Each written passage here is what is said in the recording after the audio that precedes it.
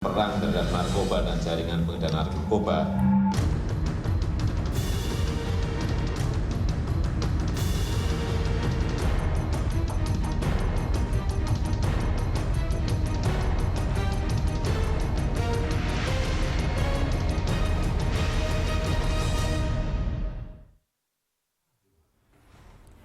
Pemirsa, guna memutus rantai mafia narkoba di Indonesia, Jaksa Agung memastikan eksekusi hukuman mati jilid 3 bagi terpidana mati narkoba akan digelar pada 2016. Untuk mengetahui bagaimana peredaran narkoba di Indonesia, kita segera bergabung dengan rekan Ani Rahmi di Grand Studio. Ani, silahkan dengan informasi yang akan Anda sampaikan.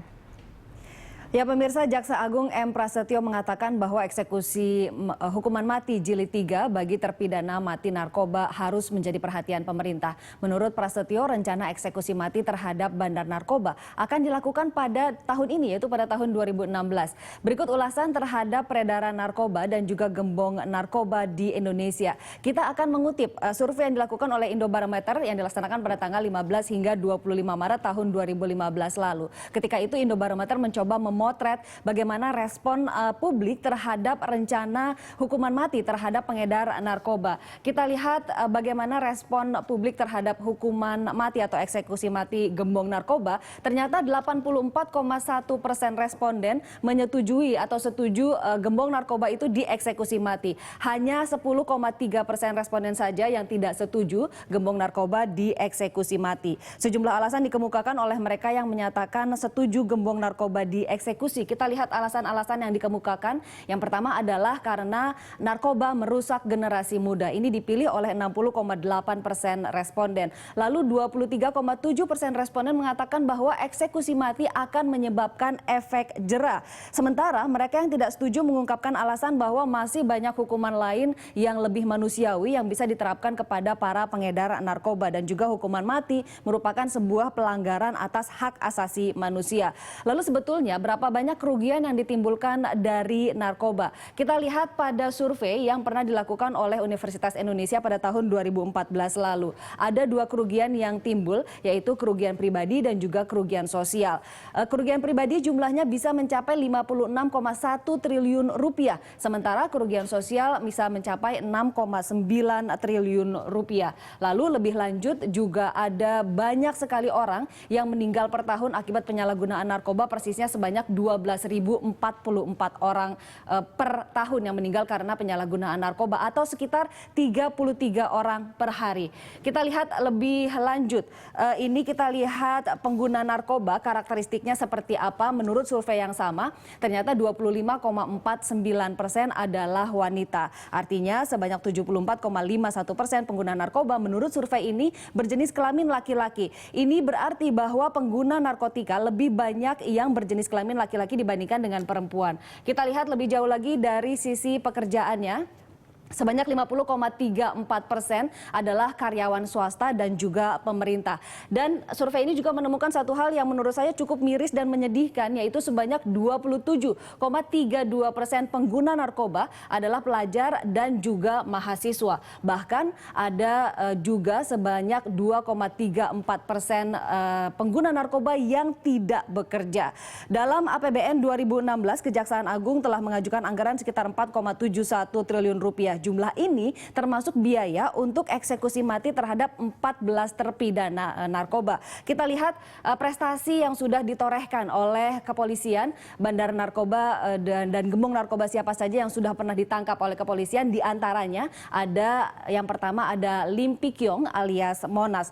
Kejahatannya adalah bandar pemilik 1 juta pil ekstasi, ditangkap di Mall Taman Anggrek November 2007. Lalu divonis hanya 1 tahun penjara dengan denda 1 juta rupiah.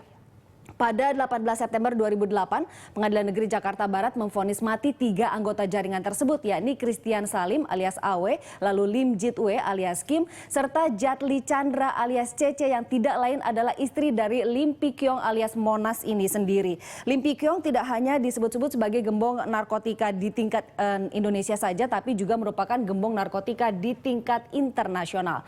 Lalu berikutnya ada Freddy Budiman, kejahatannya adalah mengimpor 1,4 juta butir ekstasi dari Tiongkok pada bulan Mei tahun 2012 dari dalam LP Cipinang dengan melibatkan orang-orang di luar tahanan, termasuk salah seorang Badan Intelijen Strategis atau BAIS TNI, yaitu Sersan Mayor Supriyadi.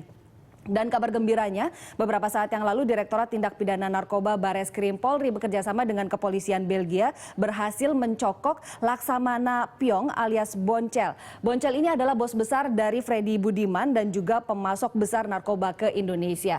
Kita lihat yang berikutnya, ada Faisal, bandar narkoba jaringan Aceh sejak tahun 2004 dan pencucian uang hasil kejahatan. Dia ditangkap di Plaza Indonesia 13 Maret 2013, kemudian pada November 2013 sudah divonis 10 tahun penjara oleh Majelis Hakim PN Jakarta. Selain dipidana dengan pidana penjara dan dikenai denda, semua aset Faisal juga dirampas oleh negara termasuk beberapa mobil mewah. Atas vonis ini yang menariknya, Faisal tidak mengajukan banding atau kasasi tapi langsung peninjauan kembali atau PK. Kita lihat berikutnya, ada Halim Wijaya dengan kejahatan bandar narkoba jaringan Medan Palembang yang ditangkap di Palembang, Sumatera Selatan pada bulan Februari tahun 2014. Di rumahnya polisi mendapatkan barang bukti tidak hanya narkoba. Kita lihat di sini ada 4 kg sabu, 22 butir pil ekstasi warna coklat, juga ada sejumlah peluru. Ada 97 butir peluru CIS, juga ada 32 peluru M16 dan senapan sniper kaliber 32. Halim Wijaya ditangkap setelah menjadi target operasi dalam 2 pekan. Berikutnya kita lihat ada Beni Sudrajat alias Oi Soipin atau dikenal juga sebagai Beni Oi. Kejahatannya adalah bandar dan juga pemilik pabrik ekstasi terbesar ketiga di dunia. Lokasinya ada di Tangerang, Banten dan digerebek 11 November 2011. Pabrik ini disebut sebagai pabrik pembuat ekstasi dan sabu terbesar ketiga di dunia setelah yang ditemukan di Fiji dan juga Tiongkok.